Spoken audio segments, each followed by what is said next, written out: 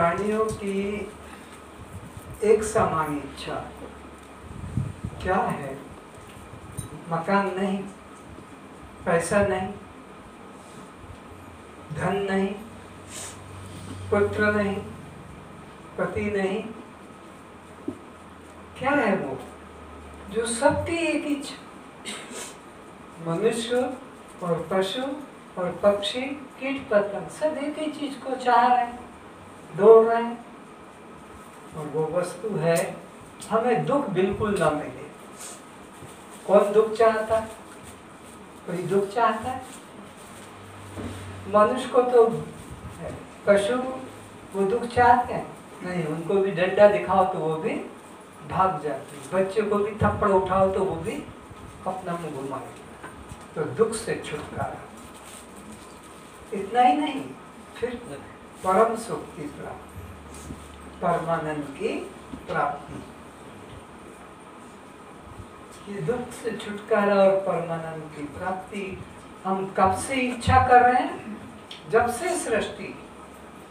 ये सृष्टि है तब से हम तुम सभी जीवों की, प्राणियों की यही इच्छा है। उसके लिए रात दिन हम काम कर रहे हैं। जितने लोग भी काम कर रहे हैं रात दिन, घर में कि बाहर, किसके लिए कर रहे हैं? पैसे के लिए नहीं कर रहे हैं। दुख से छुटकारा मिले और मुझे अखंड आनंद की प्राप्ति हो, यही सबकी एक इच्छा है। और कब से? अनंत अनंत जन्मों से चली आ रही। कुछ कम हुई, ये मांग पूरी हुई, ना मांग कम हुई न पूरी हुई, ये चली आ रही। कब तक? जब तक कि ये सृष्टि है। तो इस जीवन का फिर उपयोग क्या हुआ? पशु का आहार, निद्रा, भय, मैथुन, बस 4 काम करो।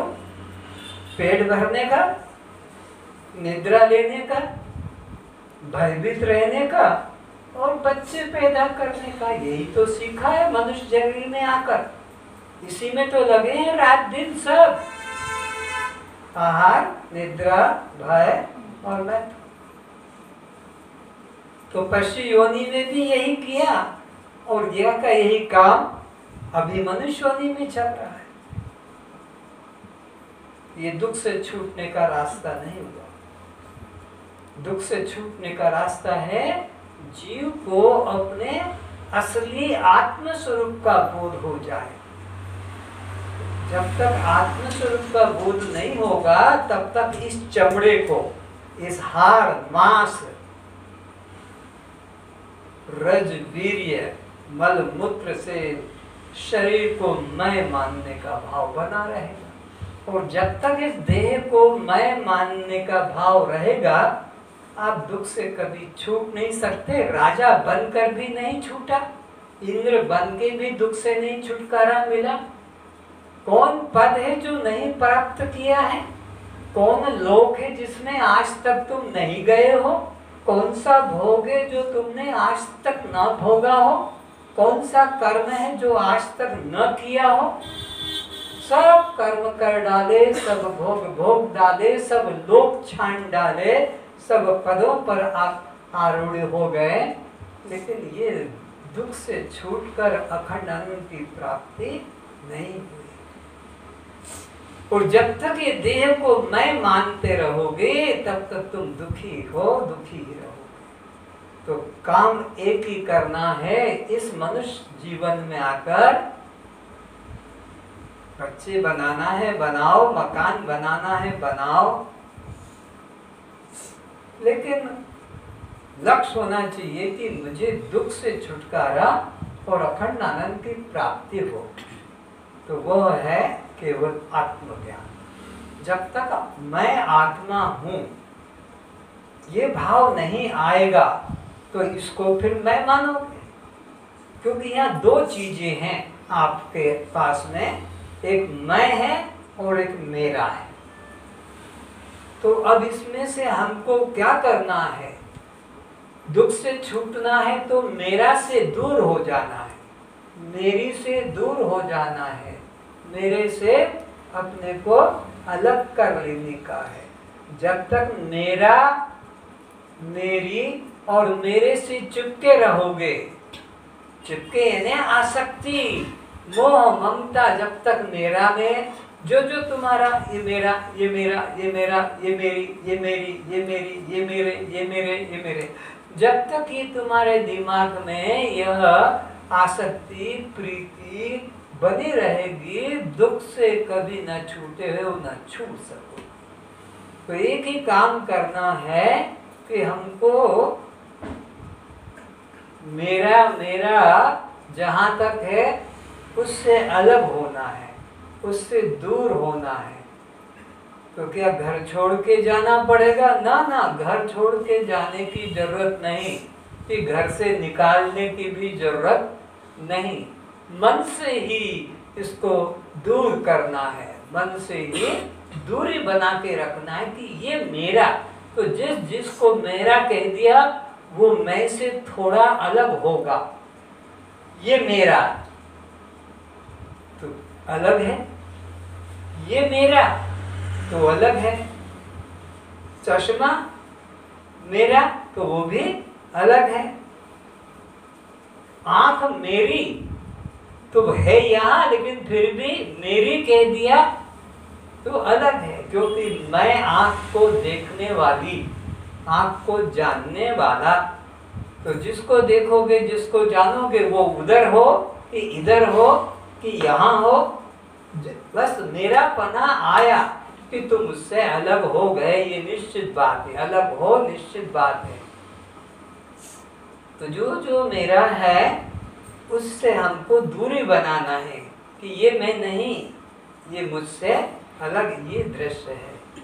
बस एक ही काम करो, कोई न मंत्र करना, न माला करना है, न पूजा करना है, न पाठ करना है, न मंदिर जाना है, न तीर्थ जाना है, न व्रत उपवास करना है, कुछ भी नहीं करना है। बस इतना ही करना है कि जो मेरा है मैं उससे अलग हूँ, उससे मेरा कोई संबंध मन से ही अंदर अंदर। शरीर से तो पिता मेरा है, पति मेरा है, पत्नी मेरी है, बेटा मेरा है, बेटी मेरी है, मकान मेरा है, नौकरी मेरी है, दुकान, ये व्यवहार के लिए तो सब मेरा, मेरी, मेरे रहेंगे। इनको हटाना नहीं, भागाना नहीं कि हमको इनसे कहीं जंगल जाना नहीं। मन में ही हमने इनको बसाया है, मन से ही इनको दूर करना है। बस ये साधन हो गया तो भव सागर से तुम पार हो गए, और कुछ करने की जरूरत नहीं। तो यह अष्टावक्र जी हमें पिछले कई दिनों से बोध दे रहे हैं कि इस मेरा से तुम दूर हो जाओ, और बाकी चिंता छोड़ दो, वो सब मैं कर दूंगा। वो बाकी सब चिंता छोड़ दो। तुम्हारे कितने पाप है, कितने पाप किए हैं पिछले अनंत जन्मों में, कितने तुमने डाके डाले हैं, चोरी किए, हत्या किए, व्यभिचार किया है, वो सब चिंता छोड़ दो, उसको मैं देख लूंगा। तुम तो एक ही काम करो कि बस जो जो मेरा है बस मैं उससे अलग हूँ, वो मैं नहीं। तो ये सबसे अलग होते होते अब इसमें आ जाओ, ये भी मेरा कहना है, तो इससे भी तुम दूर हो जाओ कि यह भी मैं, क्योंकि मेरा कह दिया ना, मेरा शरीर दुर्बल है, मेरा शरीर कमजोर है, मेरा शरीर मोटा है, मेरा शरीर गोरा है कि काला है, कि मेरा शरीर लंबा है कि छोटा, कि जहाँ जहाँ तक जिसमें मेरा पना है तुम अपने को उससे अलग करो। अष्टावक्र जी यही बोध दे रहे हैं। आगे सुने। हमें कब, क्या, कैसा, कितना मिलना चाहिए यह वही जानता है। उसी पर सब कुछ छोड़ दो, वो जैसा करे उसी का प्रसाद जान संतुष्ट रहो। फिर से पढ़ो। हमें कब, क्या, कैसा, कितना मिलना चाहिए। कर्म कब कब कब कैसा, हमें कब कैसा क्या मिलना चाहिए। हमें कब क्या कैसे हाँ, हमें कब, टाइम का है, हमें कब कैसा कितना मिलना चाहिए, ये तुम चिंता छोड़ दो। उसी पर सब कुछ छोड़ दो। किस पे छोड़ दो? जिसने ये जन्म, ये जीवन दिया है, जो तुम्हारे अंदर ही बैठकर तुम्हारे श्वासों को भीतर बाहर कर रहा है। हम तुम सब तो सो जाते हैं, सोते ही हैं, फिर ये हमारा काम होता कौन सा? ये तो अभी करके दिखाया है। अगर ये मेरा ही काम होता, मैं करता, तो फिर हम गहरी नींद में या सो नहीं पाते, तो ये कौन करेगा? तो हम सो जाते हैं तब भी ये काम होता है कि नहीं? बोलो, तो ये कौन कर रहा है? उसी पे छोड़ दो, वही सब काम हमारा करेगा। तो कब कैसा क्या करना है ये उस पर छोड़ दो। तुम अपने अहंकार को मत जोड़ो कि मैं कर रही हूँ, मैं करूंगी, मैं कर रहा हूँ, मैंने किया। ये भाव कर्तापन का छोड़ो। ये कर्तापन का भाव भी तो तुम्हें संसार में जूते खिला रहा है। ये संसार में मार पीट, गाली गलौच है, ये क्यों हो रहा? कोई गला दबा रहा है, कोई छुरा घुसा रहा है, कोई गोली मार रहा है, कोई किस तरह से। ये तुमने जो अपने अंदर अहंकार किया कि मैं और मैं कर रही हूँ, मैं कर रहा हूँ, बस यही बंधन का कारण है। तो तुम उसी पे छोड़ दो। किस पे? जिसने जीवन दिया है, उसने मृत्यु तक का हिसाब लिख के रखा है। ये जन्म भी जो मिला है, ये उसने अपनी मर्जी से कौन सा घर, कौन सा गांव, कौन सी योनि, किससे किसका संबंध जोड़ना है, ये सब तुमसे पूछा नहीं, उसने ठीक करके चुन दिया है। आगे, उसी का प्रसाद जान संतुष्ट रहो। तो अब जो भी मिल रहा है ये उसी का ही प्रसाद जानकर हमें संतुष्ट रहना है। जैसे मंदिर में जाते हो तो कहीं चरणामृत दे देते हैं, तो कोई नारियल के टुकड़े दे देते हैं, कोई मिश्री दे देता है, कोई और कुछ दे देता है। हम उसी को ही प्रसाद जान के और ग्रहण कर लेते हैं। वो एक चम्मच देता है कि एक चुटकी भर देता है कि एक बूंद देता है। तो अभी हमारे परिवार में, हमारे जीवन में जो कुछ भी मिल रहा है उसी का प्रसाद जानो और उसी में तृप्त संतुष्ट रहो। यह तो समर्पण, प्रार्थना, नमस्कार के स्थान पर लोग परमात्मा को आदेश देने जैसा कार्य हो गया। तो अभी क्या हो रहा है? हम परमात्मा को धन्यवाद देने नहीं जाते हैं। ये जो मंदिर है ये किस लिए बनाया है कि परमात्मा को जाकर हम धन्यवाद दे दें कि तूने मुझे ये दृष्टि प्रदान की, इसके लिए मैं तुझे क्या धन्यवाद दूं। तूने मुझे सुनने के लिए तूने सुंदर कान दे दिए, मैं क्या धन्यवाद दूं। तूने मुझे बोलने के लिए ये वाणी दे दी, मैं कैसे धन्यवाद करूं। तूने मुझे चलने के लिए पैर दे दिए, मैं कैसे ऋण चुकाऊंगा। ऑटो रिक्शे वाला पैसा ले लेगा, कोई ट्रक वाला, ट्रेन वाला, बस वाला पैसा लेगा, लेकिन ये टांगे चलने की दिए कोई परमात्मा टैक्स नहीं, पैसा नहीं, भोजन हजम हो जाता है। तो मैं कैसे धन्यवाद दूं। इसके लिए मंदिर है, इसके लिए प्रार्थना है। और हम क्या कर रहे हैं इसकी जगह? हम तो शिकायत करने जा रहे हैं भगवान के मंदिर में कि तुमको अकल नहीं है, मेरे को कितना सुख चाहिए, मेरा पीड़ा हटाना है। हम तो मंदिर में शिकायत करते हैं, क्या सुख संपत्ति घर भेजो, हमारे घर में सुख संपत्ति भेजो। तुमको होश नहीं, दुख आ रहा है हमारे घर में, सुख संपत्ति घर आवे, कष्ट मिटे तन का। किसको कह रहे हैं? उसको जो सर्वज्ञ है, उसको अकल नहीं है, तुम्हें अकल है और तुम उसको शिक्षा दे रहे हो कि ऐसा करो, तुम इसको सुखी कर दो। तो तुम उसे आदेश दे रहे हो कि तुम इसे सुखी कर दो, क्या उसको बुद्धि नहीं है? तुम अकल दोगे तो होगा। और ऐसे ही कहते हो तेरी इच्छा पूरी कर, तो तेरी इच्छा पूरी कर, तो उसको रोका किसने था? इनकार उसको किसने किया था? उसके बीच में रोकने वाली दीवार कौन थी जो हम कहते हैं तेरी इच्छा पूर्ण कर ले? वो अधूरा है और तुमको पूरा करेगा और इधर तुम भीख मांग रहे हो। तो परमात्मा को धन्यवाद देना चाहिए मंदिरों में, लेकिन वास्तव में तो शिकायत करने जाते हैं, आदेश देने जाते हैं, नहीं ऐसा नहीं ऐसा करो, ऐसा नहीं ऐसा होना चाहिए। तो परमात्मा जब सारे जगत का कर रहा है तो तुम्हारे परिवार को छोड़ देगा क्या? सारे जगत के जैसे हो रहे हैं कर्म उनको वो देख रहा है, वैसे ही तुम अपने को भी छोड़ दो कि सारे जगत का वो रक्षा करता है, वो मेरे परिवार की भी करेगा। तो यथा प्राप्त में संतुष्ट रहो, शिकायत मत करो। जो मिला, जितना मिला, जैसा मिला, जब मिला उसी में ही धन्यवाद करो, बस इतना ही करो। धन्यवाद देना सीखो, स्वीकार करना सीखो, जो मिल रहा है उसे स्वीकार करो और धन्यवाद करो, शिकायत मत करो। समर्पण का अर्थ है तुम्हारी समस्त चिंताएं अब उसकी हो गई। समर्पण का मतलब अब तुम्हें चिंता छोड़ देना चाहिए। जैसे तुम नौका में बैठ गए, बुरला से संबलपुर आने के लिए एक घाट है, वहां से नौका चलती है और इधर घाट पर उतारती है।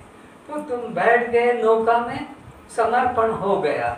अब वो केवट तुमको उधर से इस पार तट पर लाकर उतार देगा। अब तुम मत चिंता करो, वो केवट का काम है। तो वो परमात्मा पर सब छोड़ दो, वो कब कितना जरूरी है तुम्हारे लिए वो खुद करेगा। पर हम तो समर्पण नहीं करते, हम तो उसको आदेश देते हैं, इतना हुआ इतना और होना है।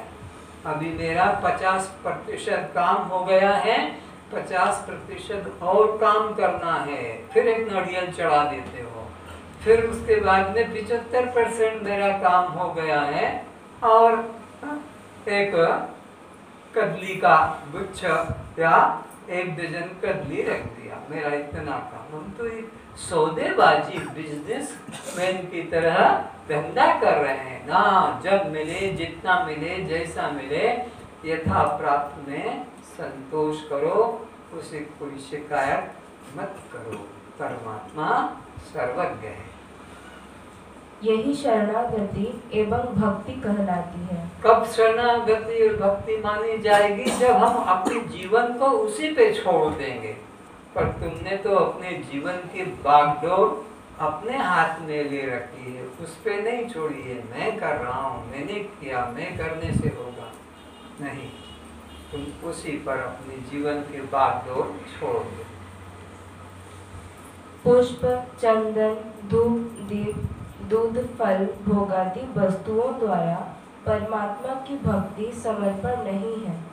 ये पुष्प कहीं से पौधे से तोड़ लाए और तुमने मूर्ति के ऊपर रख दिया, इसमें तुम्हारा समर्पण किया हुआ। विचारो जितने लोग बैठे हो, वो पुष्प भी परमात्मा का, पौधा भी परमात्मा का, उसको प्रकाशित करने वाला सूर्य भी परमात्मा का, जल भी परमात्मा का, जमीन माटी भी परमात्मा की। तुम्हारा क्या हुआ जो इधर से तोड़ के और वहां रख दिया, उस पुष्प पौधे की सौंदर्यता को नष्ट कर दिया। तो ये तुमने अगरबत्ती जला दी, भगवान को कोई दुर्गंध आ रही थी जो तुमने अगरबत्ती जलाकर उसे खुश कर दिया। तुमने दूध रख दिया, वो क्या प्यासा मर रहा था, भूखा मर रहा था, जो तुम्हारा इतना सा दूध एक कटोरी में रख देते हो 5 मूर्तियों के सामने, कौन पिएगा? 5 मूर्ति के सामने कि 10 मूर्ति के सामने एक कटोरी में तुमने एक लड्डू रख दिया, अब उसमें कैसे तोड़ेंगे और कब खाएंगे? वो 5 के 10 आदमी लड़ झगड़ के आपस में भागेंगे। तो ये भक्ति नहीं है, ये समर्पण नहीं है। अपना पूर्ण रूप से उनके समर्पित हो जाना और इस शरीर को बस मैं या मेरा न मानना, ये सच्ची भक्ति है, ये सच्ची पूजा है, ये सच्ची आरती भक्ति है। न इसको मैं जानो न मेरा जानो। अगर मैं या मेरा जानना है तो मेरे तो गिरधर गोपाल, दूसरा ना कोई। किसने बोला था ये बात?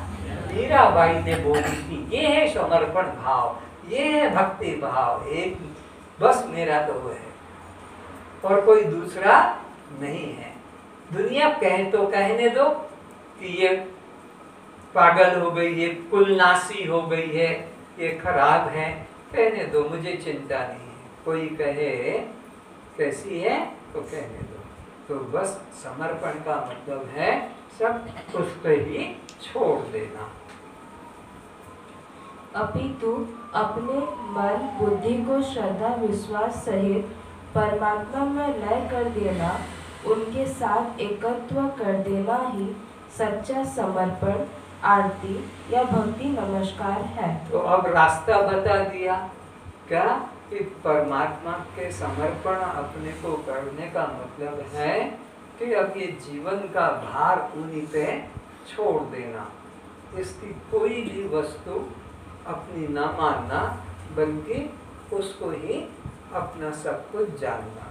परमात्मा के समर्पित होने का मतलब हुआ, फिर पढ़ो, अपने मन बुद्धि को श्रद्धा विश्वास सहित परमात्मा में लय कर देना। अपने मन और बुद्धि को परमात्मा के अंदर श्रद्धा विश्वास से लय कर देना ही सचमुच में समर्पण है, यही भक्ति है। मन बुद्धि परमात्मा के समर्पण करना है। पर हमने तो मन बुद्धि को अपने हाथ में रखा है, न राम में, न कृष्ण में, न गुरु में। अब मैं जो करूँगा, मैं जो करूँगी, बस मुझे जो ठीक लगता है वही करूँगा, वही मानूंगा। मुझे ठीक नहीं लगता है, नहीं मानूंगा। तो ये मन बुद्धि तो तुमने समर्पित की नहीं, तो फिर ये फूल पत्ती रख दिए, दूध रख दिया, इसके द्वारा अगरबत्ती जला दी, तो इससे भगवान कोई व्यक्ति है कोई जो पी लेगा, खा लेगा और खुश हो जाएगा और तुम्हें आशीर्वाद देगा?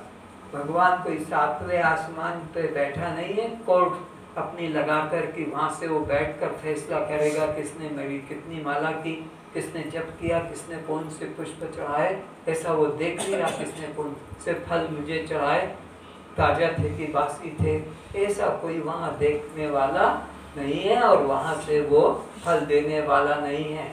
वो तुम्हारे चिल्लाने से वो फैसला देने वाला। अपने को समर्पित कर दो, देह भाव से निकाल लो, यह देह में नहीं और ये मेरा नहीं। विचारो, अभी तुमने समझो कि कोई डिग्री प्राप्त की और तुमने कह दिया कि मैं डॉक्टर हूँ या डॉक्टरनी हूँ, तो डॉक्टर की उपाधि है। इसके पहले भी तो तुम थे ना?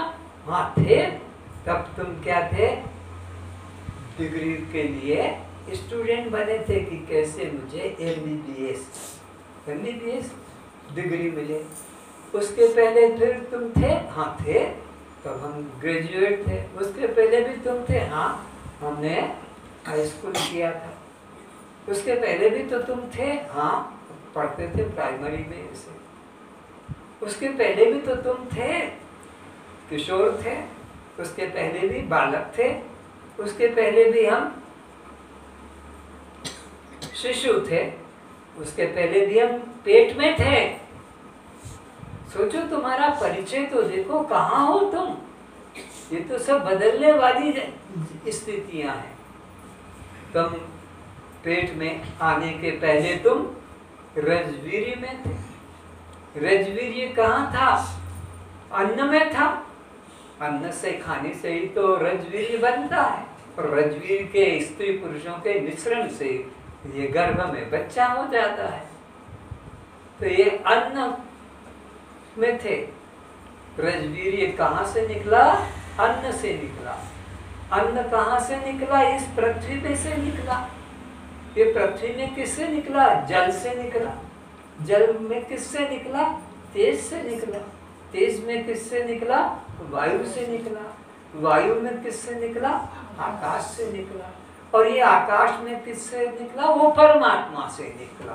तो हम तुम सब पहले कहाँ थे?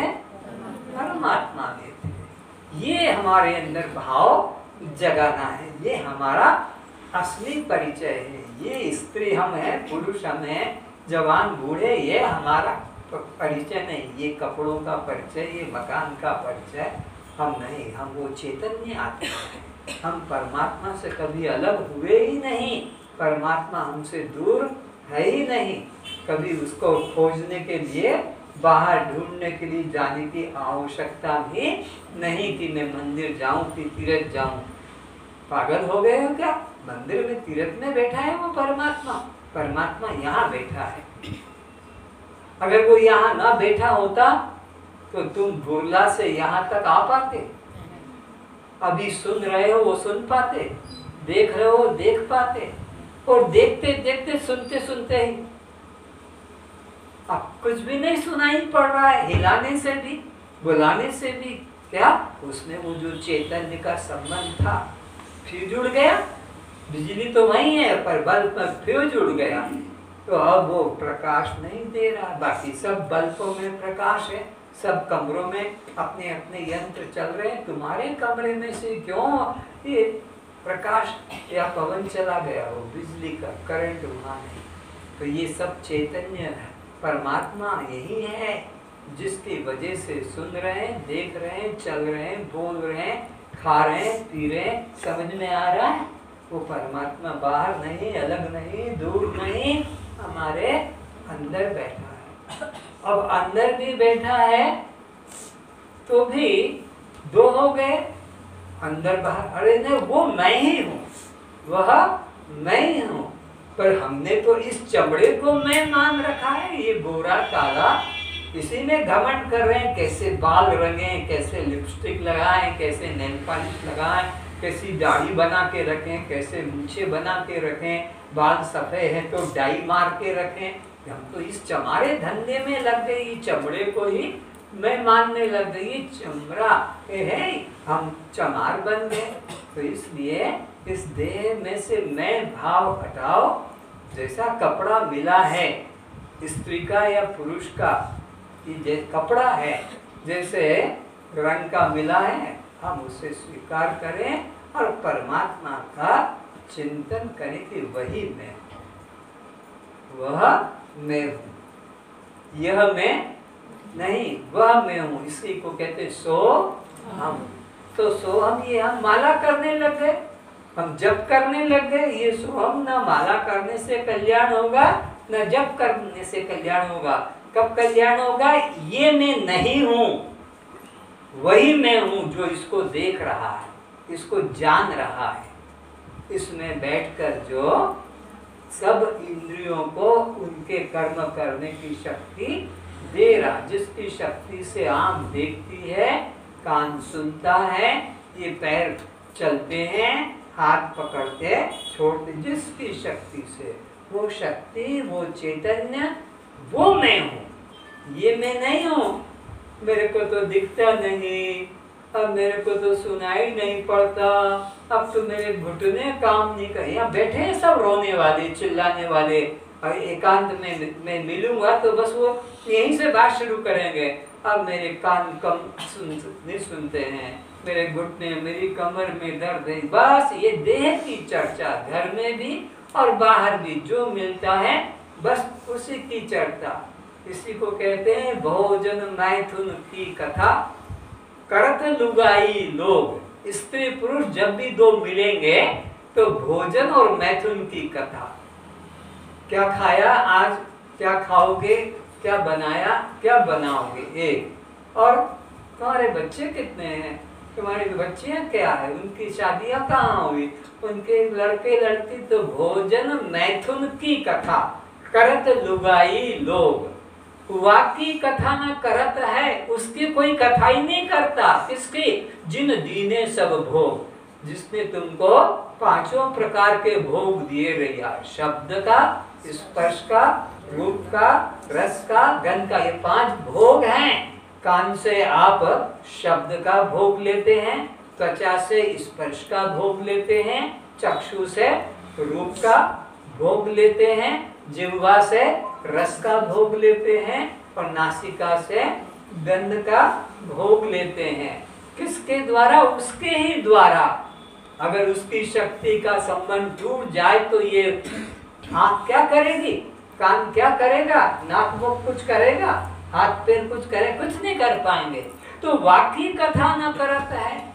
जब 2 स्त्री पुरुष मिलते हैं तो आत्मा की चर्चा, परमात्मा की चर्चा, कुछ सत्संग की बातें, कुछ सत्संग का विचार, आत्म विचार, उसके तो करते नहीं, करते हैं बस संसारी बातों का। नौकरी है तो कितना मिलता है, या क्या होता है, कहाँ पर तुम्हारा संबंध हुआ है, कितने बच्चे हैं, ये व्यर्थ की बातें करते हैं। तो परमात्मा की भक्ति क्या है कि ये देह मैं नहीं हूँ, वही मैं हूँ, जिसको मैं ढूंढ रही थी मंदिरों में, तीर्थों में, खोजने गई थी मंदिर में, तीर्थ में, जिसको वही मैं हूँ। ये मैं नहीं हूँ जो मंदिर तक गया, तीर्थ तक गया, ये तो यही जन्मा, यही मरेगा, लेकिन मैं तो अनादिकाल से, क्योंकि उसका बेटा अमृत से पुत्र, अमृत की संतान, तो वो कभी नहीं मरेगा तो मैं भी नहीं मरूंगा। वो अविनाशी है तो मैं भी अविनाशी हूँ, वो सत है तो मैं भी सत हूँ, वो चित है तो मैं भी चित हूँ, वो आनंद है तो मैं भी आनंद हूँ, वो सच्चिदानंद है तो मैं भी सच्चिदानंद हूँ। ऐसा मन में विचार करना, ये है परमात्मा की भक्ति या समर्पण। इस सरल सत्य बात को न जानकर पेड़ पौधे पत्र पुष्प आदि को वहाँ से तोड़ उनके सौंदर्य को नष्ट कर निष्प्राण मूर्ति पर चढ़ाना अज्ञान ही है। और हम क्या कर रहे हैं, ये सत्य ज्ञान को तो नहीं करते हैं, बल्कि क्या करते हैं, वो पौधों से, वृक्षों से पत्र पुष्प फल तोड़ कर लाते हैं और उस निर्जीव पत्थर की मूर्ति न हिलती, न डुलती, न खाती, न पीती, न चलती, उसके आगे लाकर डाल रहे हैं।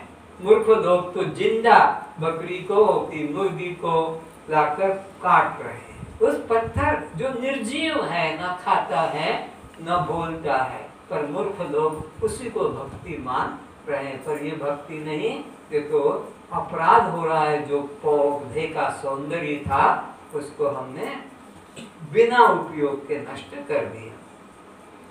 परमात्मा पूर्ण है, इस बात को तुम यदि स्वीकार करते हो तो फिर तुम उससे पृथक नहीं हो सकते। तो परमात्मा कभी अपूर्ण था नहीं, है नहीं, होगा नहीं। तो परमात्मा को तुम किससे पूर्ण करोगे? समुद्र तो पहले से ही पूर्ण है। समुद्र में जाकर एक बाल्टी पानी डाल दोगे तो क्या उससे वो पूर्ण होगा? वो बाल्टी पानी भी उसी का है और उसी में जाके डाल दिया। तो कई लोग वो क्या कावड़िया कहाँ से पानी एक छोटे से लोटे में लेते कंधे पे और बम बम भोला करते करते जाकर और एक दूसरे शिवलिंग पर मूर्ति पर डाल देते हैं। तो ये कोई परमात्मा की भक्ति नहीं है, ये दिखावा परमात्मा की भक्ति नहीं है। परमात्मा की भक्ति अगर है तो बस यही कि वह मैं हूँ। कौन? जिसे आज तक क्या कर रहा था? खोज रहा था, ढूंढ रहा था। जैसे वो कस्तूरी वाला मृग अंदर है पर वो भी ढूंढ रहा है, यहाँ वहाँ यहाँ वहाँ। और ढूंढते ढूंढते वो जब मर जाता है, मरने का समय उसकी गर्दन झुक जाती है। आप ही लोग बैठे हैं, जब भी कोई बैठा बैठा मरेगा तो गर्दन ऐसे नहीं रह सकती है, मरेगा तो गर्दन झुक जाएगी। तो जब उसकी गर्दन ऐसे हुई तो उसको लगा अरे ये तो वही सुगंध है जिसको मैं सारे जीवन बाहर बाहर ढूंढ रहा था। तो जाको तू खोजो तो फिर सो तू आपने आप जिसको तुम जन्म से खोज रहे हो, माँ बाप के संग संग मंदिर तीर्थ जा जाकर तुम भी समझ लेती हो तीर्थ में मंदिर में मूर्ति में परमात्मा होगा। पर जब कोई सच्चा सद्गुरु मिलेगा तो बताएगा कि अरे जिसे तू बाहर ढूंढ रहा वो तेरा ही रूप है, तू ही वह है। तो तुम्हारे मन के बारे में तुम जो शिकायत करते हो ना, मेरा मन बहुत बहुत क्या है, चंचल है, तो ये जो कह रहा है वही परमात्मा है। मेरा मन चंचल है, ये जो तुम कह रहे हो ये कहने वाला ही वो परमात्मा है। मेरा मन कहने वाला जो है, तो दो हो गए, जैसे मेरा बेटा, मेरी बेटी, मेरी पत्नी, मेरा पति, तो एक है कि दो है? बोलो। जैसे मुरलीधर, ये दो है कि एक है? बोलो। एक है। और धनुषधारी भी, और त्रिशूलधारी भी, और गदाधारी भी, और देहधारी भी, सब फैल हो गए, सब फैल, कोई पास नहीं, सब गलत हो गए। अरे मुरलीधर एक नहीं दो हैं, त्रिशूलधारी एक नहीं दो हैं, धनुषधारी एक नहीं दो हैं, गदाधारी एक नहीं दो हैं, देहधारी एक नहीं दो हैं। कैसे दो हैं? अरे एक मुरली और एक मुरली को धारण करने वाला, दो हो गए। एक धनुष और एक धनुष को धारण करने वाला, एक त्रिशूल और एक त्रिशूल को धारण करने वाला, एक गदा और एक गदे को धारण करने वाला। मुरलीधर खुद मुरली है कि मुरली से अलग है? और धनुषधारी खुद धनुष है कि धनुष से अलग है? और त्रिशूलधारी खुद त्रिशूल है कि त्रिशूल से अलग है? तो ये देहधारी खुद देह है कि देह से अलग है? बोलो। तुमने अलग का माना, तुमने तो माना मैं स्त्री हूँ, तुमने तो माना कि मैं पुरुष हूँ, तुमने तो माना कि मैं जवान हूँ, तुमने तो माना कि मैं किशोर या बूढ़ा हूँ। कहाँ मान? यही मूर्खता है। जिसको तुम देख रहे हो उससे तुम अलग हो, तो तुम देहधारी, देह नहीं देह से बोलो अलग हो। और परमात्मा से अलग नहीं, परमात्मा से एक हो। तो जिससे एक हो उसको तो तुमने मंदिर में बिठा दिया, जिससे तुम एक जुड़े थे उसको तो तुमने जैसे तोड़ के उधर बिठा दिया, और जो तुम नहीं थे उसको इधर चिपका दिया, जो उधर था उसको उठाकर इधर रख लिया, और इधर था उसको उधर कर दिया। ये उल्टा ज्ञान। तो ये सद्गुरु जब तक नहीं मिलेगा, सत्संग नहीं मिलेगा, तब तक यह विपरीत ज्ञान ही तुमको संसार में भटकाता आ रहा है और भटकाता रहेगा। यदि तुम अपने को पूर्ण से पृथक मानते हो तो फिर परमात्मा तुम्हारे बिना पूर्ण अखंड नहीं हो सकता। एक और बात है, अगर तुम अपने को परमात्मा से अलग मानते हो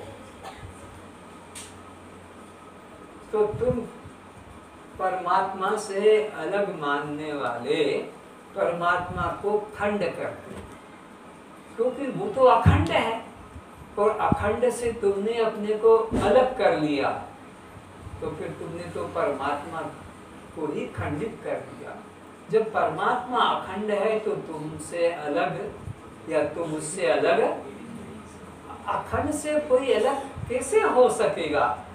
आकाश से कोई अलग हो सकेगा? तुम कहाँ जाओ, हवाई जहाज में बैठ जाओ तब भी आकाश में हो, पक्षी बन के उड़ो तब भी आकाश में हो, घर के अंदर रहो तब भी आकाश है, और घर की छत पे झाड़ पे चढ़ जाओ, क्योंकि वो जो व्यापक होता है उससे हम कभी अलग। तो परमात्मा तो आकाश से भी और बड़ा है, तो हम अलग उससे हो नहीं सकते, उस अखंड से हम कभी अलग हो नहीं सकते।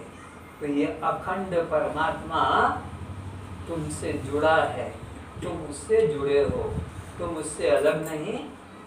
तो तुम परमात्मा में ये भाव रखो कि वह मैं, परमात्मा से एकत्व का भाव रखो, अलग होने का भाव नहीं कि मैं उससे अलग हूँ। तो क्या वो अपूर्ण हो जाएगा और तुम भी उसके बिना जीवित नहीं रह पाओगे। ये श्वास भी उसी से चल रही है। तो परमात्मा से कोई भी जीव अलग नहीं, क्योंकि वो पूर्ण अखंड सर्वव्यापक, सब देश में, सब कालों में, सब रूपों में है। एक रूप में परमात्मा सब रूप में है। तो सब में तुम भी हो, हम भी हैं, पशु पक्षी भी हैं, कीट पतंग भी हैं। कोई बचेगा? कोई नहीं बचेगा। सब में सब आ गए तो सब परमात्मा। इसीलिए तो कहा सिया राम मैं सब जग जानी और करऊं प्रणाम सूर्य पानी। वो परमात्मा राम रूप, सब राम रूप है, सब राम रूप है, कोई नहीं। रावण भी राम है, शूर्पणखा भी राम है, मंदोदरी भी राम है, कौशल्या भी राम है, दशरथ भी, सब राम है, सब हो गए राम। फिर ना माँ बाप है, ना बेटा है, ना पति है, ना पत्नी है, न मित्र है, न शत्रु, सब एक ब्रह्म, एक ब्रह्म द्वितीय नास्ति। तत्व दृष्टि से, सत्ता दृष्टि से, अस्तित्व दृष्टि से एक है। और व्यवहारिक दृष्टि में बाप अलग है, बेटा अलग है, पति अलग है, पत्नी अलग है, पुत्र पुत्री सब अलग है, व्यवहारिक दृष्टि। लेकिन हमें तो अपना कल्याण करना है, तो कल्याण तो आत्म दृष्टि से होगा। देह दृष्टि तो हमको संसार में भटकाएगी। तुम्हारे द्वारा ही परमात्मा की पूर्णता सिद्ध होती है। तुम्हारे को लेकर ही परमात्मा पूर्ण होता है। समझो इस बात को।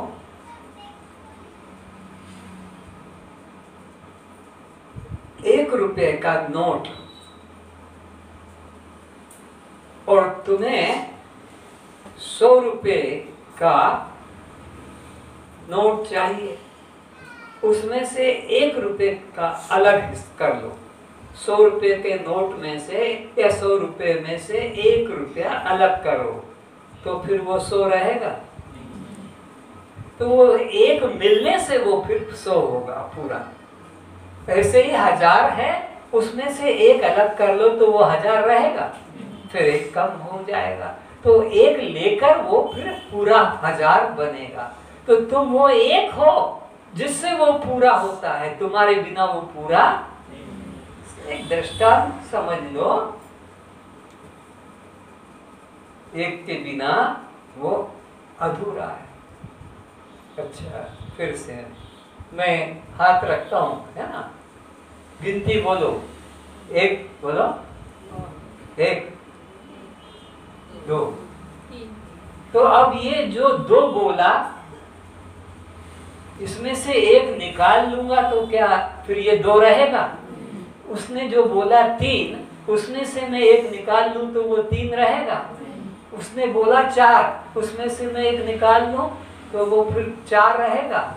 उसने बोला 5 और मैं 1 निकाल लूं तो 5 रहेगा। तो एक ही सबको पूरा कर रहा है, एक के बिना सब अधूरे हैं।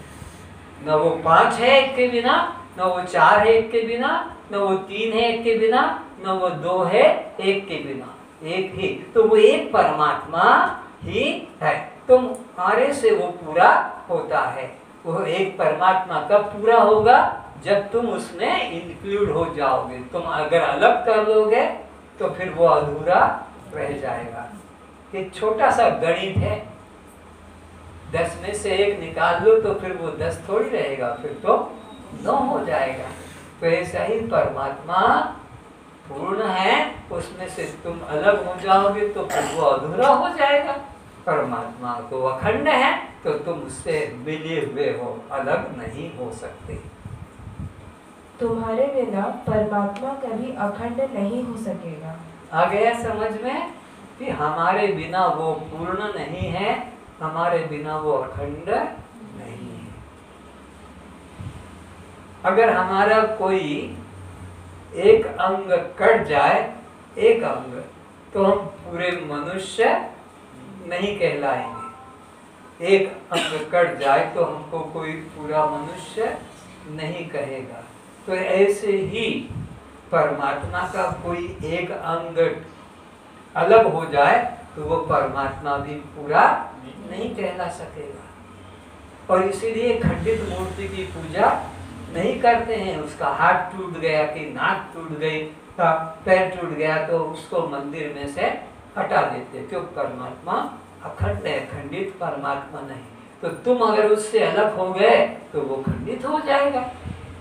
तुम उसको खंडित मत करो, उसी से तुम भी पूर्ण हो और तुमसे वो पूर्ण है।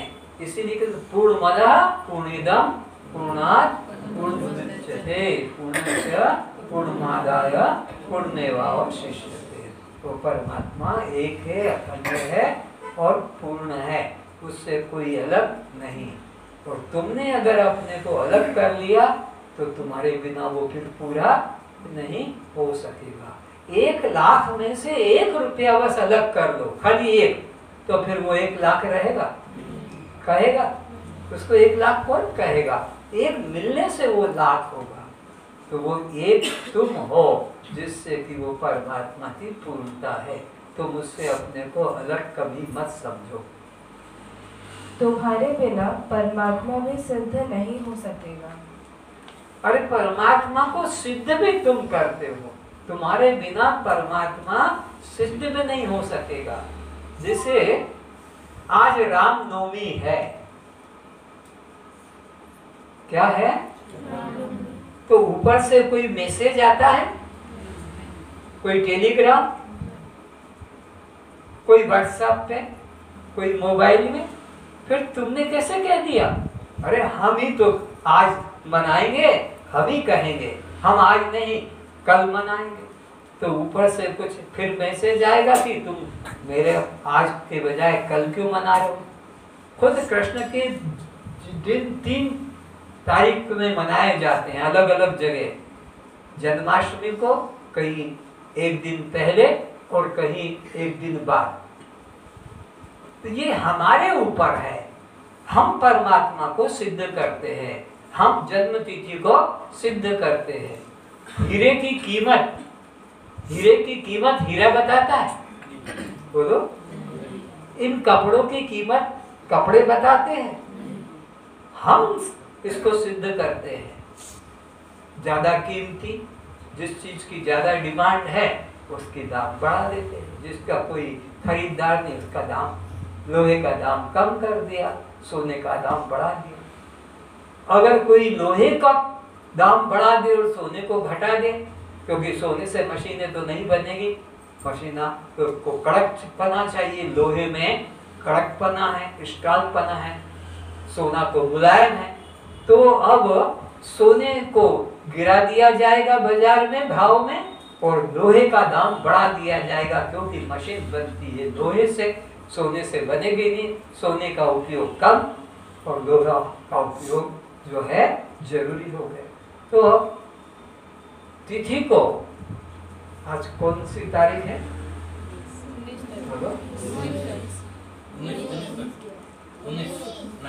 21 कहाँ है? जरा दिखाओ तो जो बार बोला तूने, मेरे को तो दिख नहीं रहा। कौन दिन है आज? सैटरडे? कौन सा है? जरा मेरे को भी बताओ कहाँ दिख रहा है, कहाँ से देख के बता रहा हूँ। तो ये तुम ही हो सिद्ध करने वाले। परमात्मा ये राम है और ये कृष्ण है, वो मूर्ति बोलेगी? कौन बोलेगा? हम बोलेंगे ये राम और ये कृष्ण। ये दिन हम बोलेंगे, ये सूरज हम बोलेंगे, हम बताएंगे। तो हम सर्व प्रकाशक हैं, स्वयं प्रकाश है। हमको कोई सूरज नहीं बोलता है, हमको कोई मंदिर वाला नहीं बोलता है कि तेरा ये नाम है कि तू आ गया कि क्यों नहीं आया। हम सर्व प्रकाशक और स्वयं प्रकाश, तो हम ही से ये सब सिद्ध होते हैं। सब हम ही तो नाम रखते हैं, ये टेलीविजन जिसको हम क्या टीवी बोलते हैं, तो ये नाम वो उसने खुद ने बताया था। ये कान में लगा के सुनते हैं तो मोबाइल, तो इसको नाम उसने बताया। ये सारे नाम कौन चुनता है? हम ही चुन के रखते हैं। ये तो जड़ पदार्थ है, तो हम सबके प्रकाशक, सर्व प्रकाशक। ये चींटी को भी हमने प्रकाशित किया है, और ये हाथी है, इसको भी हमने प्रकाशित किया है। हाथी ने नहीं कहा कि मैं हाथी हूँ, और चींटी ने नहीं कहा कि मैं चींटी हूँ। तो सर्व प्रकाशक तुम हो, तुमसे ही सब प्रकाशित होते हैं, तुम स्वयं प्रकाश हो। जिसे आप सिद्ध करते हो, तभी वो सूर्य, चंद्र, दिन रात, राम, कृष्ण, शंकर, हनुमान, माया, ईश्वर, जीव आदि सिद्ध होते हैं। तुम्हारे बिना किसी की भी प्रतीति सिद्धि नहीं है। तो तुम न होगे तो कोई कैसे अपने को सिद्ध करेगा? ये तो सब जड़ पदार्थ है। तो वृक्ष को भी तुम सिद्ध करते हो, ये आम का है, ये इमली का है, और इमली वाले को तुम कह दो कि ये बबूल है, क्योंकि तो इमली के पत्ते और बबूल के पत्ते एकदम बारीक बारीक होते हैं, तो वो इनकार करेगा क्या? क्या नाम थे?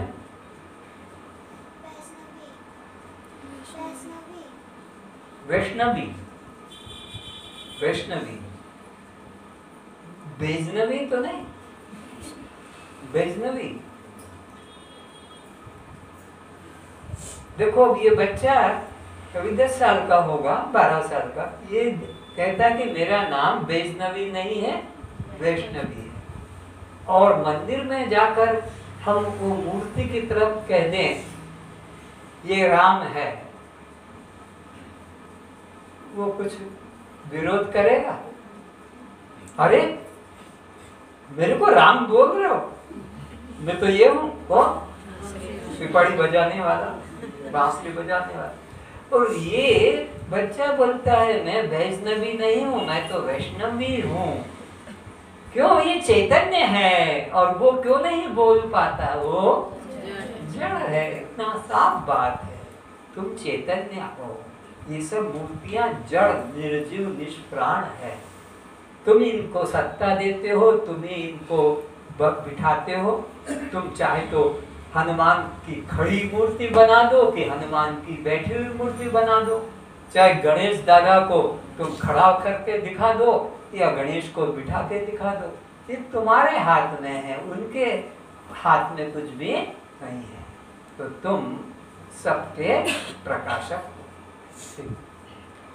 जब भी लोग मंदिर के सामने से निकलते हैं, उनकी गर्दन बिना कुछ निवेदन के, बिना किसी भाव के, बिना किसी प्रार्थना के झुक जाती है। आप देखते हो सड़क से लोग जाते हैं, कोई कोई को देखा है मैंने, वो एक जगह बैठे रहेंगे, जो भी जाएगा जयराम जी की, जयराम जी की, जयराम जी की, उसका एक ही काम है जय शिव जय शिव, जो जाएगा उसको। लेकिन उनके मन में न राम की भावना आती है, न शिव की भावना आती है, बस एक आदत बना ली है। तो ऐसे ही तुम भी जब कभी मंदिर के सामने से निकलोगे तो ये क्या हो रहा है? ये ऑटोमेटिक सिस्टम हो गया। जहाँ मंदिर निकला के ऐसा हो गया। कोई ना भगवान का ध्यान है, ना भगवान का विचार है, बस ऐसे ऐसे हो जाता है। ड्राइवर भी गाड़ी में बैठेगा तो वो भी ऐसे कर लेगा, और जहाँ मंदिर दिखेगा वो भी ऐसे कर लेगा। मैं हाथ पकड़ लेता हूँ, क्या कर रहा है?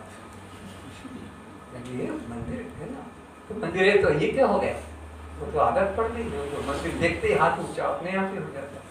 स्विच अभी ऑन करूंगा घर में तो सबके हाथ ऐसे हो जाएंगे।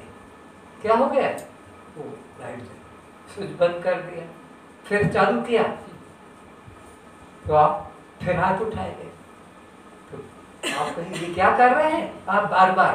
तो मैं पूछूंगा आप क्या कर रहे हैं बार बार? वो आप स्विच करते तो स्विच से तुम्हारा हाथ कनेक्शन जुड़ा हुआ है, स्विच ऑन हो गया, तुम्हारा हाथ ऊपर गए, स्विच बंद कर दिया, हाथ नीचे चले। अंदर भावना कुछ भी नहीं चैतन्य की, आत्मा की। आत्मा भाव अंदर आना चाहिए, राम बोलने से कि दृष्टा बोलने से कि साक्षी बोलने से कुछ भी नहीं, भाव अंदर आना चाहिए, ये मैं नहीं हूँ, मैं वह चैतन्य आत्मा हूँ। घर में संध्या के समय दीपक प्रगटाओ, रोशनी प्रगटाओ, बल्ब का स्विच खोलो। रोशनी प्रकट होते ही घर के लोगों की गर्दन बिना किसी सद्भाव, प्रार्थना या धन्यवाद किए झुककर दोनों हाथ जुड़ जाते हैं और साथ साथ गर्दन सीधी हो जाती है। उस समय भी तुम्हारी बातचीत, संसारी लेन देन सब वैसा ही चलता रहता है। यह यंत्र बद नमस्कार कुछ काम का नहीं। जहाँ तुम्हारा प्यार होगा वही नमस्कार करोगे। एक आदमी आता है, शिवो हम कर लिया, क्यों जी तुमने पैसा जमा नहीं किया मकान का किराया का? देखो मेरे जैसा कोई बुरा आदमी नहीं होगा, क्या समझ रखा मेरे को? कल पैसा जमा कर देना, नहीं तो मकान खाली करो। शिवो हम, मैं जा रहा हूँ। यार झटके मारा, शिवो हम, मैं जा रहा हूँ, और इधर कह रहा है मकान खाली करो या पैसा जमा करो, नहीं तो मेरे जैसा कोई बुरा भी नहीं होगा, समझे? शिवो हम बोल रहे हो, कोई जय श्री राम बोल रहे हो, कोई जय महावीर बोल रहे हो, लेकिन अंदर तो कोई भाव ही नहीं आता है। भाव आना है, सोहम शिवम के साथ में ये भाव गिर जाना चाहिए। कौन सा? देह भाव। ये देह में नहीं हूँ, मैं चैतन्य आत्मा। नमस्कार का अर्थ है असीम में नमन। मंदिर, मस्जिद, चर्च, गुरुद्वारे में नमन ये तो जातीयता में बंट गया। हिंदू, मुसलमान, जैन, बौद्ध, सिख, ईसाईयत का नमस्कार परमात्मा का नमस्कार नहीं। क्यों खड़े हो गए? अच्छा, इस काया का आज नहीं, इस काया का होता विनाश है, इस काया का होता विनाश है। तू तो हाथ जुड़ जाए सबके। तू तो साक्षी स्वयं प्रकाश है, तू तो साक्षी स्वयं प्रकाश है। अब हम बोल तो रहे हैं, ये भगवान कह रहे हैं कि गुरु कह रहा है, और हम हाथ ऐसे ही नीचे रखे हुए हैं, तो हमारे अंदर तो कोई श्रद्धा जगी नहीं भगवान के प्रति। भगवान या गुरु सामने है तो हम उनको हाथ जोड़ेंगे, नमस्कार करेंगे, और हमारे हाथ तो यहीं नीचे पड़े हैं और हम बोल रहे हैं, तो यह हमारा जड़ भाव हो गया, ये मुर्दे की प्रार्थना हो गई, ये चेतन की प्रार्थना नहीं।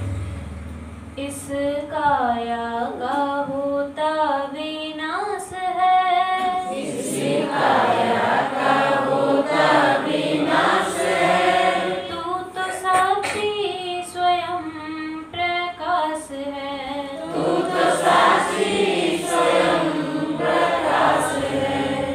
पंचभूतों का तन विस्तारा, पंचभूतों का तू